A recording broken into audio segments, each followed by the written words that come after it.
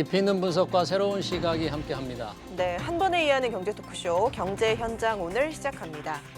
선별 지원이냐 보편 지원이냐 4차 재난지원금 규모와 지급 방식이 또다시 논란입니다. 여당은 병행 지급을 주장하지만 기재부와 야당은 난색을 표하고 있는데요. 국가의 재정 상황을 걱정하는 여론의 시선은 청와대로 향합니다. 네, 학계에서는 앞서 3번에 걸친 지원금의 효과를 어떻게 평가하고 있을까요? 또 남아있는 재정 여력 상태도 살펴보도록 하겠습니다. 시청자 여러분 궁금하신 점들은 유튜브 실시간 댓글을 통해서 많이 참여해 주시고요. 오늘 두 분과 함께하겠습니다. 이병태 카이스트 교수, 이상구 복지국가 소사이어티 운영위원장 자리하셨습니다. 어서 오십시오. 네, 안녕하십니까? 네, 두 분 어서 오십시오. 방금 앞에 뉴스에서도 했는데 여당과 정부가 이 4차 재난지원금 협의를 위한 회의를 어제 이어 오늘 또 취소했다고 하던데 이상구 위원장님 어떻게 논의가 잘 안 되는 겁니까? 어떻게 지금 돌아가고 있습니까? 분위기가? 예, 본래 이제 당정 협의를 하려면 밑에서부터 실무 협의가 맞춰져야지 조율이 돼야지 이제 최종 발표를 당정 협의라는 형태를 통해서 하지 않습니까? 쉽지 않은 그 논란을 겪고 있다라고 일단 볼 수 있을 것 같고요. 네. 또 이게 적은 돈이 들어가는 게 아니다 보니까 쉽게 합의 보는 게 오히려 더 이상하지 않겠나 싶을 정도고, 또 실제로 이제 그 설 연휴를 앞두고 있으니까 또 정치인들이 일정이 많아가지고 일정 조율도 안 돼서 아마 그 시간이 안 잡히는 그런 것도 있는데 어쨌든 진통을 겪고 있다. 이렇게 보는 게 옳을 것 같습니다. 네. 지원을 한다는 것 자체에 있어서는 이견이 없어 보이는데 지급 대상이나 규모라든지 이런 재정 여력이라든지 이런 부분에 있어서 이견이 있지 않을까 싶어요. 네, 그런데 지금 우리나라 이 상황이 대통령 중심 국가에서 되게 비정상적인 상황이라는 걸 인식할 필요가 있어요. 대부분 그 경제 철학이 다른 여야 간의 논쟁은 일어나지만 행정부, 그러니까 여권하고 행정부 또는 대통령 간의 이견이 이렇게 노출되는 것은 다른 나라의 그 재정 지원 정책에서 나타나지 않습니다. 그러니까 미국의 재무장관하고 얼마 전까지 야당이었던 민주당하고 삿바싸움을 오래 한다든지 바이든 정부하고 지금의 공화당 상원 의원들하고 삿바싸움을 오래 하는 거예요. 그거는 바로 그 경제 운영의 컨트롤 타워를 문재인 대통령이 경제에 대해서 워낙 모르기 때문에 잘 못하고 있다는 거에 반영이기도 합니다. 그리고 정치인들은 늘 단기적인 정치적 판단을 하게 되고 공무원들은 장기적인 재정 안정성을 걱정해야 되는 그거의 근본적인 갈등, 이것이 이제 겹쳐진 사례다. 그래서 우리 그 경제 컨트롤 타워로서 청와대의 역할에 대해서 한번 다시 생각해보는 계기다 이렇게 생각이 됩니다. 그러면 이 재난지원금에 어떻게 지급할 것에 관한 논의는 저희도 조금 이따 하기로 하고 방금 우리 이병태 교수께서 지적하신 지금 이 대통령 중심제에서 여당과 이 행정부가 이 정도 이 갈등을 피는 건 좀 비정상적이다. 이런. 그런데 저는 좀 생각을 다르게 하는데요. 일반적인 대통령 중심제 하에서 딴소리가 나온 게 쉽지는 않습니다. 그런데 각 나라의 정치 제도는 그 나라의 역사라든지 또 어떤 그 상황이라든지 이런 것 따라 달라지는데 저는 오히려 굉장히 바람직한 일이 아닌가 생각이 드는데요. 소위 말해서 금고지기하고 금고의 주인이 이제 그 서로 협의해 가지고 가장 합리적인 방안을 도출해내는 과정이라고 본다면 그 의외로 우리나라 공무원들이 특히 기재부 공무원들이 다른 나라 공무원들 비해서 대단히 힘이 셉니다. 또 나름대로 자부심과 프라이드를 가지고 이 국가 재정을 관리해왔던 측면이 있고요. 저는 그건 굉장히 긍정적으로 보는데 상대적으로 또 정치권에서는 국민의 대변인으로서 당장 현장을 다니면서 듣는 어떤 민심들을 전달해야 되는 입장에 있어서는 좀 더 적극적으로 쓰려는 분위기가 있는 것은 사실이고 그거는 민주주의 국가에서 아주 바람직한 현상이죠. 그래서 그 안에서 가장 적절한 선을 찾는 과정이라고 본다면 굉장히 이건 합리적이고 바람직한 다른 나라에서 유례를 찾아보기 어려운 좋은 사례가 아닌가라고도 생각할 수 있습니다.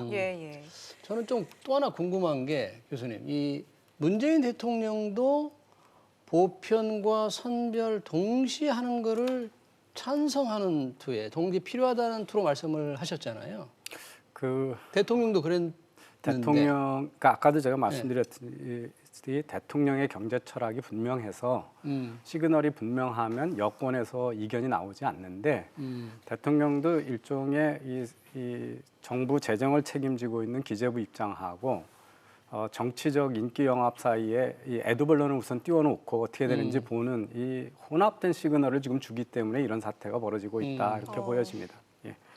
네. 예, 일단 여당에서는 20조 원대 규모의 그 재난지원금 규모를 생각하고 있는데 아무래도 지금 나라 재정 상태를 봤을 때 적자 국채 발행을 통한 게 유일한 방법인 상황인 거죠? 예, 일단 규모는 정확하게 액수가 나온 적은 아직 없는데 이전의 지출 규모를 볼 때 보편적 지원이 시행됐던 1차 지원이 14조가 넘었지 않습니까?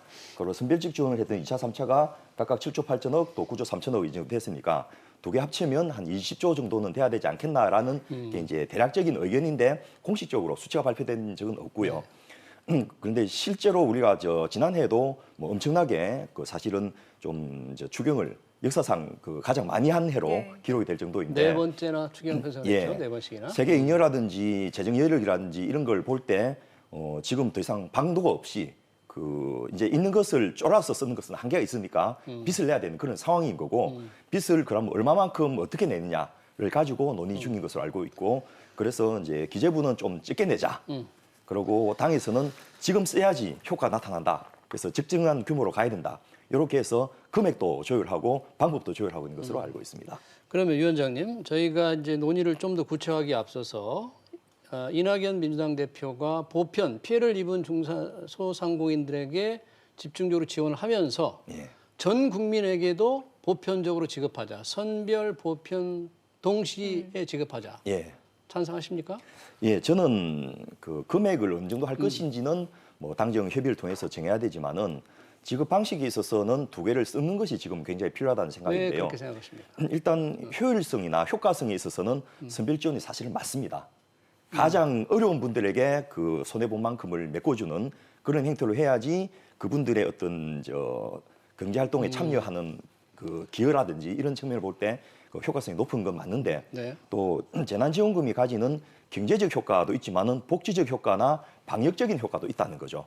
고생한 국민들에게 같이 고생했으니까 경력금 쪽으로 드리는 이런 부분도 분명히 있고 그걸 통해서 국민들이 좀 용기를 더 얻어서 이 어려운 난국을 헤쳐나가게 한다는 측면에서 뭐 그 가치가 저는 절대 적다고 생각하지 않기 때문에 효율성이나 효과성만 따질 것은 아니지 않겠나라는 측면에서 적절하게 이제 두 분을 좀 섞어서 쓰는 게 좋지 않겠나라고 판단합니다. 경력금 쪽으로 보편적 지급도 선별 지급과 함께 해야 된다. 예. 이병태 교수님은 당연히 상당히 위험한 발상이라고 생각을 합니다. 그러니까 국가가 빚을 내서 국민한테 보너스를 줘라 이런 얘기잖아요. 피해가 없는 사람들한테까지 보너스를 주라는 얘기인데요. 그래서 나타난 결과가 뭐였냐면 지난번에 재난지원금 받아서 평생 못 먹던 소고기 사 먹게 돼서 고맙다 이런 반응이잖아요. 재난 시에는 소고기 먹던 사람도 돼지고기로 낮춰 먹어야 맞는 건데 거꾸로가 되는 거죠. 또 하나는 지금 이런 보편적 복지 주장은 사실은 자칫하면 민주주의에 대한 회의를 가져올 위험이 있어요. 이게 뭐냐면 정치적인 거라는 거죠. 지난번 4.15 총선에서도 이 보편적 복지를 해서 여권이 큰 도움을 받았다 이런 의구심이 많이 일고 있는데 또 곧 있을 서울 부산시장 보궐선거에 앞서서 늘 나타나는 현상이 선거 전에는 보편적 복지하고 선거 끝나고 나면 선별적하는 이런 일을 반복하면 민주주의 근간에 대한 정치 불신도 또 가중하는 이런 문제도 있고 그래서 재난 시에 국민들한테 보너스를 준다. 위로금을 준다 이런 것들은 상당히 위험한 발상이고 한번 시작하면 또 본물처럼 터지는 거죠. 지금 우리 사회에서 보고 있듯이. 예, 그래서 저는 아주 위험한 발상이라고 생각합니다. 네, 저는 이제 같은 사안에 대해서 입장이 전혀 다른데요. 예. 예를 들면 지난 3차 재난지원금은 국민의힘 김종인 비상대책위원장이 제안을 먼저 하셨습니다. 선거를 앞두고. 그래서 뭐 특정 선거를 위해서 표를 노려서 한다 이렇게 하기는 좀 어렵고 이제 또 누구나 차등 없이 이제 다 지급하는 것이 보편적 복지도 아닙니다. 그거는 그냥 나눠주는 거죠.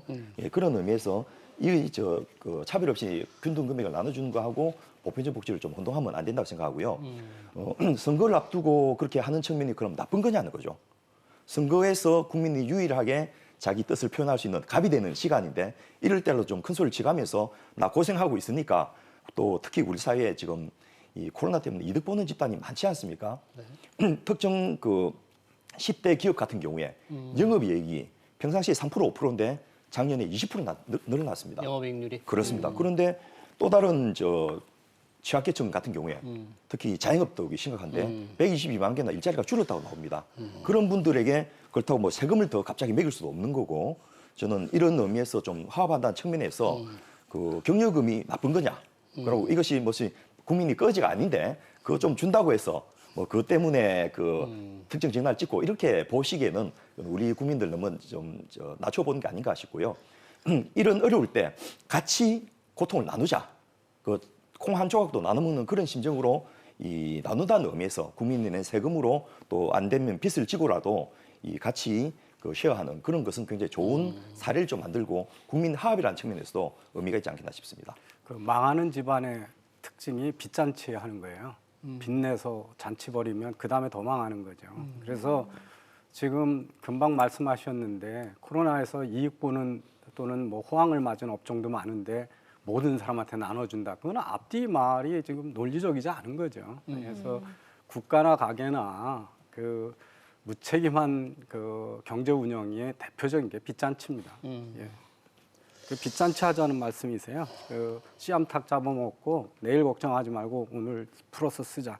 정부가 재정 흑자가 나왔거나 대개 이런 그 국민들한테 보너스 주는 나라가 어떤 나라냐면 산유국의 그 술탄들이 네. 그 국가 지도자가 부를 독점하고 있다가 국민 불만이 많아지면 그때 이렇게 돈을 나눠주거나 그런 나라들입니다. 그래서 어떤 나라가 국민들이 어려우니까 경력금으로 다 보너스를 주자 이런 나라가 없습니다. 우리 재정 상황이 지금 이렇게 다 나눠줄 만큼 여유가 없다. 좀 어느 정도 심각한 상황으로 볼 수 있습니까? 지금 문제는 이번 정부는 집권 이래 지금까지 계속 확대 재정 정책을 써왔거든요. 그리고 역대에서 가장 지금 그 국가 재정 수지가 마이너스 쪽으로 적자폭이 커져 있는 거잖아요. 그래서 어차피 그 이거 안 해도 빚이 지금 많이 늘어나고 있는데 여기서 더 아까도 얘기했지만 그 정부가 채권을 발행해서 빚을 내 가지고 국민들한테 위로금 보너스를 주자 그런 이야기가 되는 거죠. 지금 당장 우리나라가 정부가 얘기하듯이 OECD 기준으로 보면 우리나라 국가 재정은 역대 정권 모두가 보수적으로 운영해 왔습니다. 그 이유는 우리나라가 다른 나라보다 지정학적 위험이나 여러 가지 취약한 경제 구조를 가지고 있기 때문에 그랬던 거거든요. 그리고 그렇게 보수적으로 운영했던 것들이 이번 위기도 그렇고 지난번 금융위기에서도 빚을 발했습니다. 왜냐하면 지난번 우리 글로벌 금융위기 때도 우리하고 호주만 플러스 성장을 했는데 그때 정부의 과감한 재정 정책들이 넘길 수 있었거든요. 이번에도 마찬가지죠. 그렇게 재정이 여유가 있었기 때문에 그랬던 거거든요. 그런데 이런 위기 상황이 이번으로 끝이냐? 그럼 앞으로는 안 올 거냐? 예. 그런 문제가 있고 또 하나는 우리나라에 가만히 있어도 이 재정 적자가 위기 상황으로 가게 돼 있습니다. 그거는 바로 이 인구의 고령화와 저출산 문제가 있고 이번 정부가 특히 그 의료보험 같은 거에서 인기 영합으로 문케어라고 그래서 그 국민연금이나 의료보험의 재정 적자가 나는 시기가 무지 앞당겨지게끔 되어 있거든요. 그래서 가만히 있어도 우리나라가 OECD 중간 이상으로 재정 적자의 폭이나 그 정부 부채가 올라가게 돼 있기 때문에 이 장기적인 관점에서 보면 이게 위험한 생각이다 이렇게 볼 수가 있습니다. 저는 방금 말씀하신 그 부분은 전혀 반대로 생각을 하는데요. 예. 예를 들면 교수님이 선진국이라고 생각하시는 미국이 또 일본이 이 코로나를 극복하기 위해서 엄청난 재정 적자를 지금 감수하고 있거든요. 우리나라는 2020년 작년에 그 국가 채무 비율이 이제 40%를 GDP에 40%를 넘어섰는데 일본 같은 경우는 237%, 또 미국도 103%가 넘는 이런 상황이거든요. 산유국이 돈이 남아서 나눠주는 게 아니고 그 적극적인 정부의 역할 때문에 각국의 그 상황에 따라서 이제 이 재정을 집행하는 그런 선도적인 어떤 방어 조치라고 보시면 될 것 같고 특히나 고령화 이런 부분 때문에 우리는 지금 그 안 하던 지출을 빨리 해가지고 고령화의 충격을 완화시키는 그런 역할을 해야 되고, 특히 이번에 아주 가장 많은 피해를 봤던 자영업자 같은 경우에 자영업 비율이 다른 나라에 비해서 2배 내지 3배가 높아요. 전체 고용의 25%나 됩니다. 그래서 이분들이 이제 지금 급격하게 무너지고 있지 않습니까? 근데 이분들이 무너진다고 국가가 나몰라라 해버리면 그야말로 이거는 이제 국가의 어떤 돌봄의 대상자로 전락해버립니다. 그 최대한 이분들이 버틸 수 있도록 도와가면서 소프트 랜딩 해주고 그 사이에 산업 구조를 바꿔주는 그런 정책을 해야 된다면 우리나라의 경제 상황이나 산업 구조라는 측면에서도 좀 더 적극적인 예, 재정 예. 지출을 하고 정부가 개입해야 될 시점이 아닌가 싶습니다. 우리만 확장 재정을 하는 것이 아니라 미국 같은 다른 나라도 우선- 코로나19로 인해서 하고 있지 않느냐라는 네, 지적이에요. 그게 이제 보통 우리 영어로 얘기하면 애플과 오렌지를 비교하는 거죠. 사과하고 오렌지를 비교하는 겁니다. 그 미국은 국가 GDP에서 무역이 차지하는 비중이 20몇 %밖에 안 되고 나머지는 다 국내 소비, 서비스업이 차지합니다. 그러니까 그리고 감염 정도가 유럽과 미국이 높기 때문에 피해가 어마어마하게 컸죠.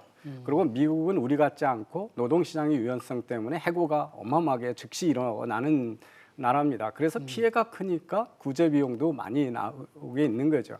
그래서 경제 구조에 따라서 피해가 다르기 때문에 그런 규모의 차이가 오는 거고요. 그런 걸 가지고 다른 나라하고 평균적으로 비교해가지고 지금 문정부가 자랑하는 게 방역 잘해서 우리나라 피해 적다는 거 아닙니까? 그리고 GDP 축소로 봐도 OECD 국가 중에서 제일 적잖아요. 그러니까 피해 보상에 들어가는 돈도 당연히 적을 수밖에 없는 거죠.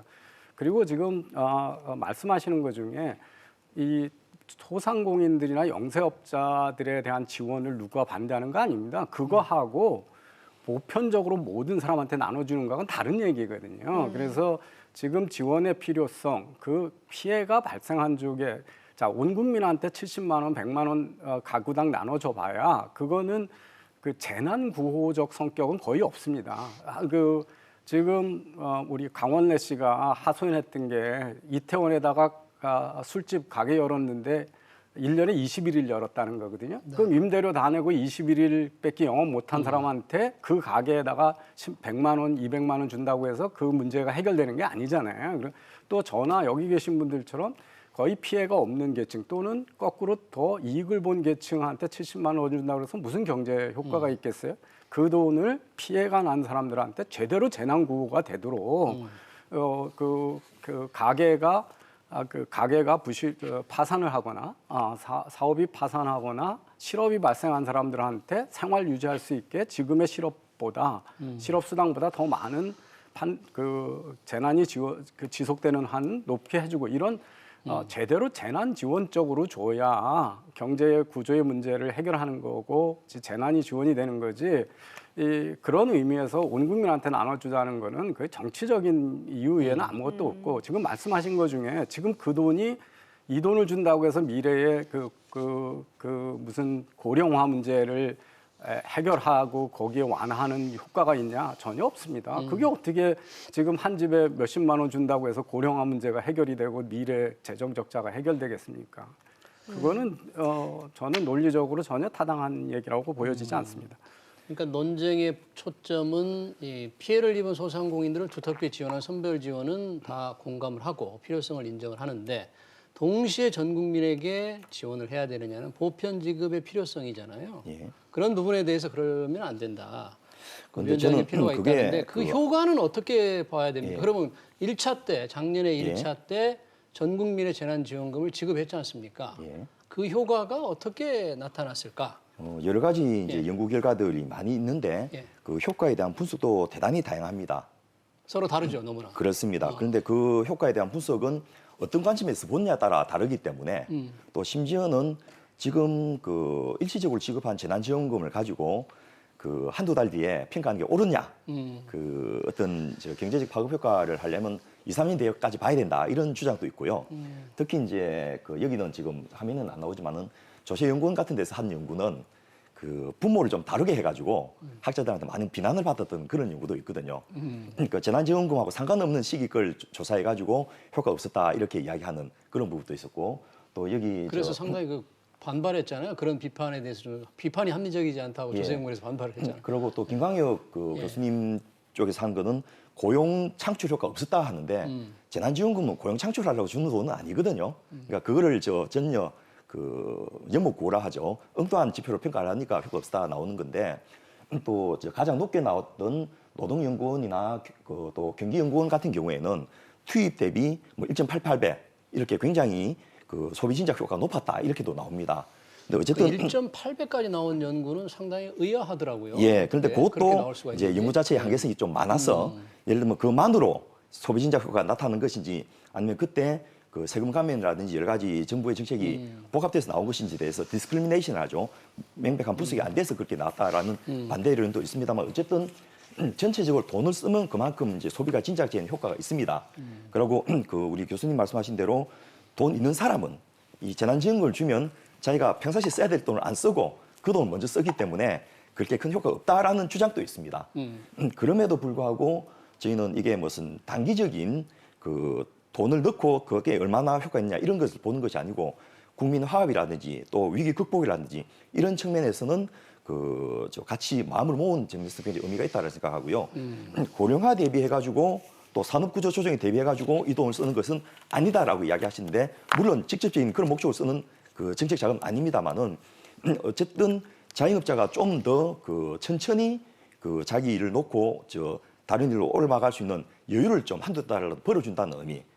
예를 들면 한두 명 고용하고 있는 자영업자는 재난지원금 안 들어가면 그 사람 해고해야 되거든요. 그런 의미에서 국가가 다른 부분에서 실업수당이나 이런 데서 부담해야 될 돈을 선제적인 재난지원금으로 좀 더 분산시켜준다는 그런 의미, 그런 여러 가지 의미에서 본다면 특히 우리 국민들이 참 아주 슬기로운데요. 지난 1월 하순에 했던 갤럽 여론조사를 보니까 재난지원금을 보편적으로 줄 거냐 선별적으로 줄 거냐 할 때 맞춤형으로 선별적으로 주자는 사람이 47%로 굉장히 높았습니다. 네. 그런데 보편적으로 누구나에게 같이 나눠주자는 사람도 32%나 됐었어요. 주지 말자는 사람은 17%밖에 안 됐었습니다. 그래서 이런 다양한 국민들의 의견을 반영해서 적절한 중간선을 찾는 것이 O와 Nothing 또는 A와 B 이런 양자 선택의 문제는 아니지 않겠나 싶습니다. 저는 이런 지금의 뭐 70만 원, 100만 원처럼 푼돈 준다고 해서 자영업자가 해고할 사람을 해고 안 하고 그럴 효과가 있다고는 생각지 않습니다. 그리고 재난지원금이 아까 비판하시면서 고용 효과 없는 거는 그런 용도로 쓰이지 않았다고 말씀하시는데요. 진짜 재난지원금을 주는 거는 고용 안정, 그러니까 작은 영세업자가 파산하지 않고 고용을 안정하는 게 주 목적입니다. 그러니까 그 효과로 주지 않았다면 정치적으로 줬다는 거에 자백일 뿐입니다. 그 효과가 없다는 것은 왜냐하면 재난의 대처 능력이 있으면 해고가 줄었어야 맞는 거죠. 그래서 당연히 그거는 재난지원금이 목적대로 선별적으로 지원되지 않았다는 얘기고요. 저런 연구는 상당히 위험한 연구들입니다. 왜냐하면 저 효과를 단기적으로 봐가지고 하는 거는 그냥 연구자들의 거의 상상력에 불과해요. 근데 역사는 어떻게 되냐면 이런 정부의 재정 정책이 지속 가능한 경제의 소비 진작 효과는 지극히 제한적이라는 건 이미 역사적으로 여러 번 반복돼 있던 겁니다. 왜냐하면 돈이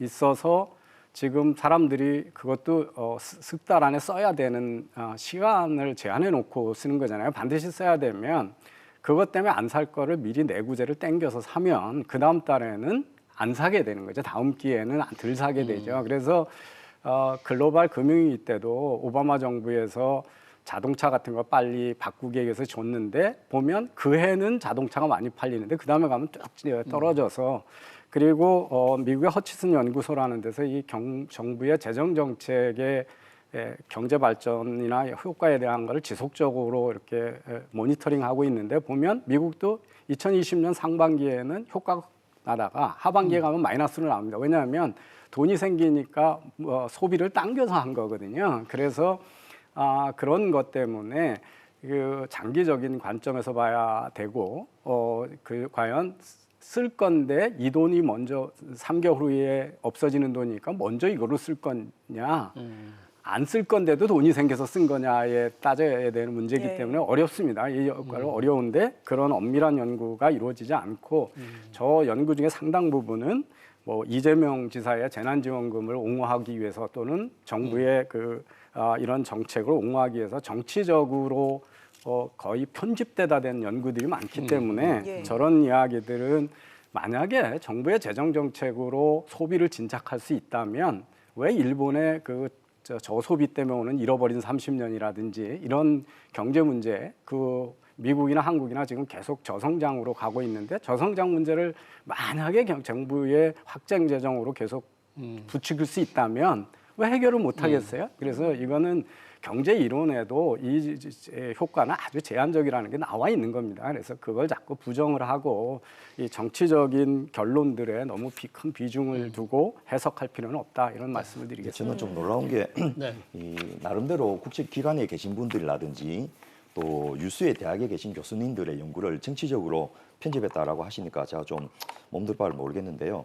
그러면 그 연구의 한계성은 저는 분명히 있다고 보는데요. 연구를 의뢰한 사람들과의 연구의 특수관계 한계성은 같은 분명히 있다고 것들을 보는데 밝혀야 돼요. 그럼에도 불구하고 각각의 연구가 가지는 장단점을 우리가 좀 명확하게 보고서 그걸 해석을 해야 되지 않겠나 싶고요. 네. 이 양쪽 어느 연구든 적다고 나온 연구 결과 또는 높게 나온 연구 결과도 기준을 조금 서로 달리 정하고 서로 과장되게 해석할 가능성은 있는 거죠. 양쪽 다. 그렇습니다. 그리고 네. 뭐 국제연구기관에 있는 사람들이 정부가 시킨다고 연구하는 그런 시대는 이제 아니지 않습니까? 예전에 그런 권위주의적인 시대가 있었다 하더라도 지금 뭐 정부에 또는 국회에 소속 연구소들이 그 정부 정책과 반대되는 연구 결과도 나눠놓고 있기 네. 때문에 그걸 그렇게 일률적으로 보실 건 아닌 것 같고요. 저는 우리나라의 이 재난지원금 하나만 놓고 볼 것이 아니고 국가 전체적으로 경제 규모, GDP 대비로 이제 정부가 얼마만큼 기여를 하고 있는가 이런 측면에서 본다면 지금 기업들이 뭐 일부 호황을 맞는 기업도 있지만은 대다수가 어려운 상황에서 또 가게 적자가 엄청나게 나와서 추가적인 지출이 없는 상황에서 보편적이든 선별적이든 어쨌든 나머지 경제 주체 3주체 중 하나인 정부 파트에서 돈을 써서 경제를 계속 굴리게 하는 이런 역할이 그야말로 지금 꼭 필요한 시점이 아닌가라는 측면에서 돈을 그것도 전체 GDP 대비로 얼마 되지도 않고 IMF나 IBRD가 전부 우리나라에다가 재정 지출 좀 더 해라라고 공적 공고를 할 그런 정도로 우리나라의 재정 규모가 적습니다. 또 정부의 규모도 적고요. 뭐 GDP 대비로 5% 내지 많게는 8%까지 적은 것으로 그것도 평균에 비해서 우리나라가 OECD 국가 중에서는 지금 거의 7등에 속하는 그런 나라지 않습니까? 그런 정도로 적은 나라에서 재난지원금이란 걸 계기로 했으라도 정부의 그 적극적인 재정 역할을 늘리는 것 그런 것을 위한 아주 좋은 계기가 아닌가 싶습니다. 예. 지금 말씀하신 것 중에 저 연구들이 다 그 교수님들이 유수한 국책기관과 대학에 있는 연구기 때문에 존중해야 된다 이런 말씀에 대해서 결과가 5배 이상 차이가 나고 이런 거라면 그 연구의 신뢰성에 대해서 그러면 경제적 효과를 어떻게 재냐의 기준서부터가 다 엉터리라는 얘기거든요. 합의 없이 한 거거든요. 그래서 그리고 대한민국 정부와 국책기관의 관계에 대해서 상당한 신뢰를 보내고 계신데 이번 정부가 그 4대강 보호의 해체의 경제성 연구나 그다음에 그 탈원전 경제성 연구를 하면서 어떤 짓들을 해왔는지를 보시면서도 그런 말씀을 하시는지에 대해서 좀 현실과 동떨어진 이야기를 하고 계시다 이런 얘기를 하고요. 세 번째는 정부 재정으로 그렇게 우리나라가 다른 나라에 비해서 국가 재정이 적다. 이런 얘기도 아까도 말씀드렸지만 사과와 오렌지의 비교입니다. 왜냐하면 다른 나라는 큰 돈이 의료와 교육이 유럽 국가들이 다 국가 사업입니다. 그래서 의료를 다 국가가 담당하고 있고 교육도 그렇습니다. 그러니까 재정 규모가 큰 거고요. 군인도 대부분 직업군인 제도입니다. 그래서 국가 재정이 큰 겁니다. 근데 우리는 이거를 군인들은 비용을 지불하지 않는 의무 국방으로 하고 있고 교육과 의료는 민간한테 떠넘겨 가지고 사회적인 문제를 해결하고 있기 때문에 국가 재정이 적은 거지. 국민이 누리는 의료와 교육 수준이 다른 나라보다 적은 게 아니기 때문에 이런 걸 가지고 그냥 OECD 평균으로 가자. OECD 평균으로 하면 김치도 왜 OECD 평균처럼 먹어야 되고 그런 거 아니겠습니까? 그래서 어떤 기준을 가지고 말씀을 하셔야지 그냥 그 다른 나라보다 돈을 덜 쓰니까 우리가 국가가 역할이 적다. 우리는 강력한 국가의 권력으로 의해서 국가가 할 일을 민간한테 떠넘기고 저의 재정을 적게 쓰는 구조로 갔기 때문에 그게 우리나라가 후발 경제 개발 국가이기 때문에 그런 제도를 채택한 겁니다. 그래서 차이가 있다는 걸 좀 인식하고 그 함부로 평균에 비교하는 일은 위험하다는 말씀을 드리겠습니다. 좋은 뭐 해결책에 관한 논의는 뭐 시간 관계상 더 못할 것 같네요. 의견이 좀 많이 달라서 당정이 뭐 좋은 의견을 모아서 피해받은 중소상공업자들에 대해서 두터운 지원이 있길 기대하면서 끝내야 될 것 같습니다. 예, 여기까지 듣도록 하겠습니다. 지금까지 이상구 복지국가 소사이어티 운영위원장 이병택 카이스트 교수와 함께했습니다. 고맙습니다. 네, 알겠습니다.